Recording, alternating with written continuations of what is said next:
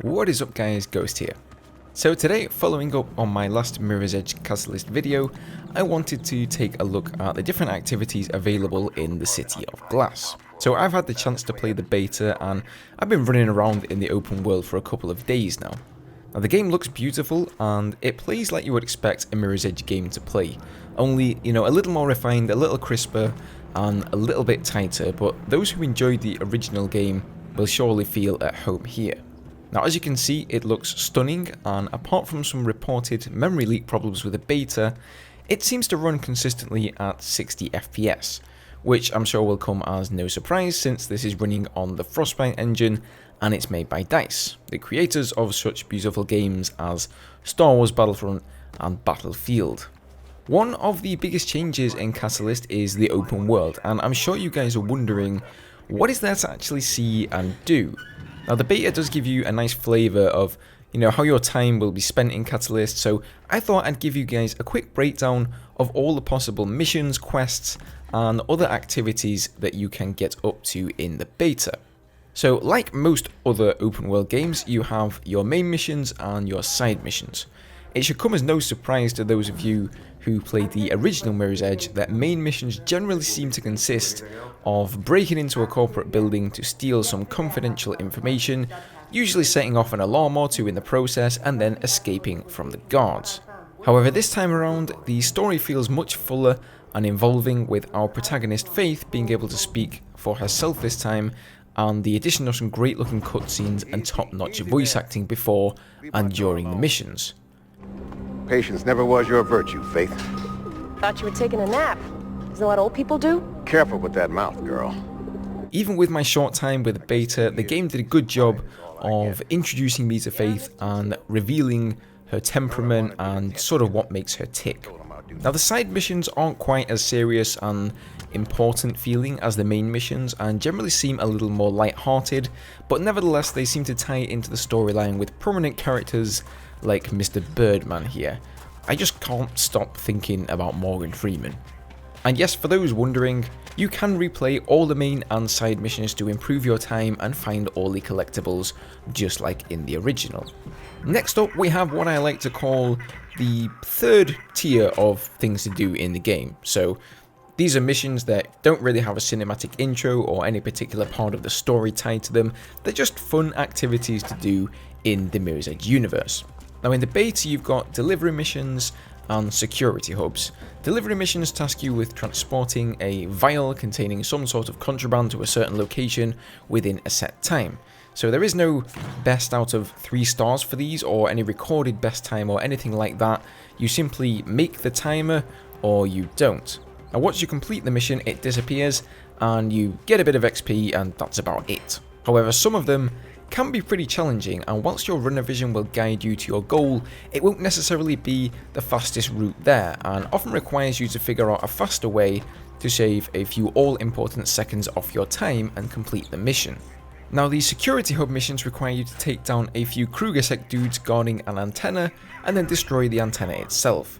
These activities show off the game's new combat system, which has really fleshed out in Catalyst, and you can now dodge attacks, direct kicks and punches left or right, knock enemies into one another doing increased damage in the process, or simply knock them flying off the edge of a building.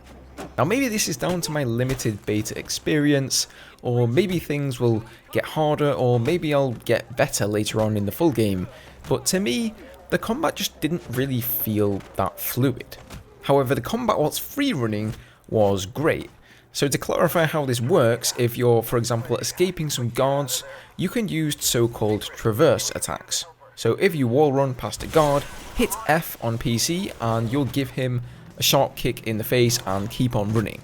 Those moments felt really good when you pull them off, and it looks really stylish and fluid. But this combat system where you're basically stood there having a bout of fisticuffs with the Krugersec guard, it just kind of felt too easy. You basically just dodge an attack, circle around the enemy, kick them, and repeat that process over and over.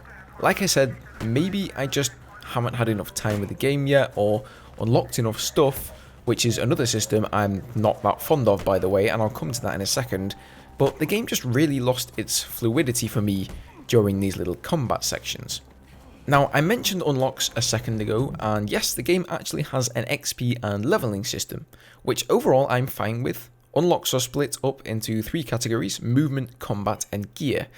However, unfortunately, the unlocks you can get here are very unimaginative, and even many of them are abilities you had in the original Mirror's Edge from the beginning, like the combat roll or the 180-degree turn, that you are now forced to unlock.